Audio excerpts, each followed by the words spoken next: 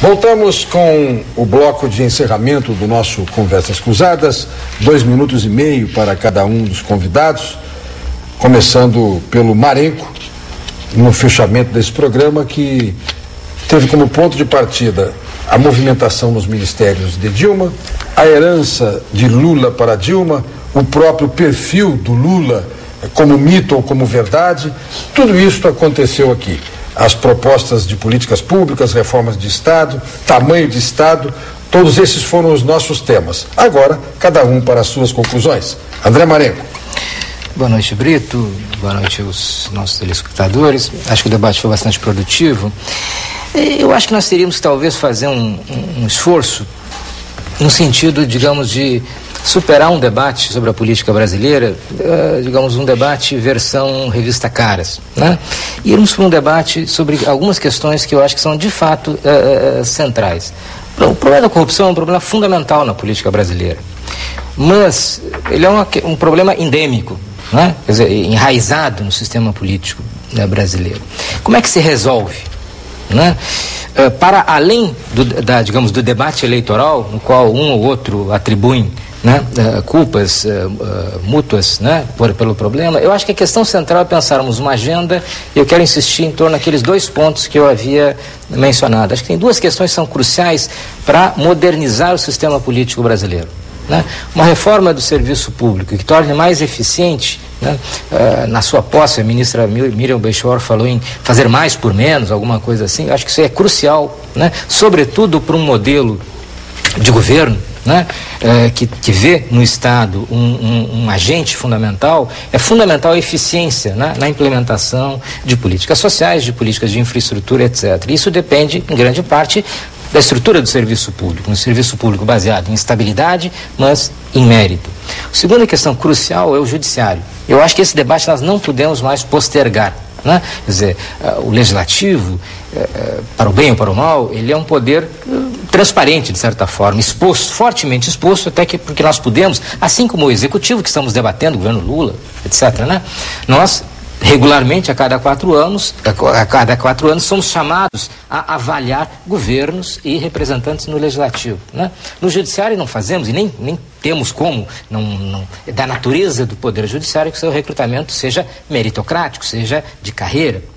No entanto, né, num Estado republicano, não é razoável supor que algum poder, né, esteja acima, né, que algum poder não seja submetido a controles externos, né? E acho que há uma forte incongruência entre as recompensas que a sociedade dá ao poder judiciário e o seu retorno para a sociedade, sobretudo para aqueles setores mais desfavorecidos da sociedade, que precisam da justiça e que muitas vezes a têm de forma muito tarde e falha com bastante frequência. Então, reformar o serviço público no sentido de torná-lo mais eficiente e reformar o judiciário, me parece que são os 2 pontos cruciais da agenda para enfrentar os temas que aqui discutimos hoje. Bom, inicialmente eu agradecer a possibilidade de tocar nesses assuntos aqui. Agradeço o convite. Agora eu vou ter uma concordância com o professor Marenco. É real, concordo, nós precisamos alterar realmente o judiciário, precisa ter uma reforma no serviço público e a questão da corrupção endêmica. No entanto, isso é o tema que norteia todos os desvios e erros administrativos que o Brasil tem. E isso tem que ser tratado de uma outra maneira.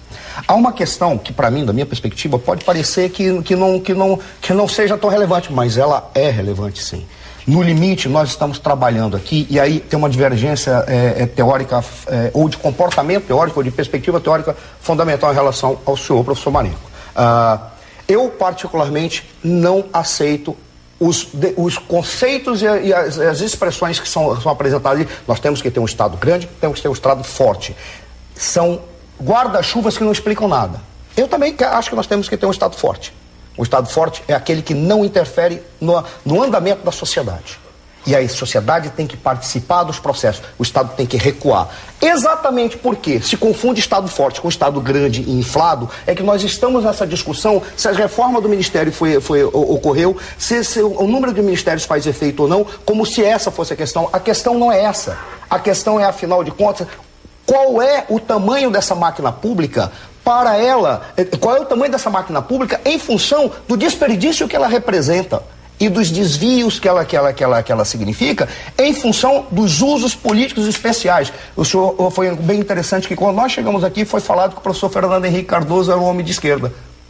Eu não sei se foi aqui ou foi numa notícia que eu vi aí, mas é fato. O professor Fernando Henrique Cardoso, por exemplo, foi um homem que, quando começou, ele fez uma crítica na questão de algo que nunca mais foi tocado. Aquilo que ele chamou de anéis burocráticos do Estado. O que são os anéis burocráticos do Estado? São a apropriação da coisa pública por entidades privadas. Seja entidade privada, desde a corporação até grupos políticos, o que quer que seja. Ele descobriu isso e ninguém fala. E os anéis burocráticos não foram mexidos, continuam ali, são estimulados, estão sendo desenvolvidos.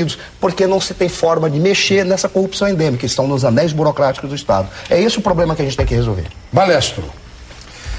Bem, eu penso que um Estado forte é um Estado que investe pesadamente em políticas sociais. É um Estado que investe na educação, que investe na saúde, que investe na segurança. Aqui eu quero citar um exemplo em relação ao governo Fernando Henrique. Poderia citar inúmeros exemplos. As escolas técnicas.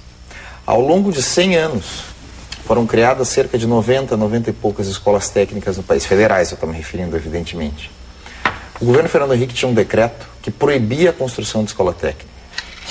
Teve que ser revogado no governo Lula esse decreto, e ao longo do governo Lula foram criadas mais de 200 escolas técnicas no país, ou seja, mais que o dobro de toda, não, mais que o triplo, quase o triplo de toda a criação de escolas técnicas ao longo de 100 anos. Estou citando um exemplo. Isso é Estado forte, isso é Estado que investe. Nós precisamos desse Estado. Nós precisamos do Estado, sim, nós precisamos de um Estado, sim, que tenha políticas sociais.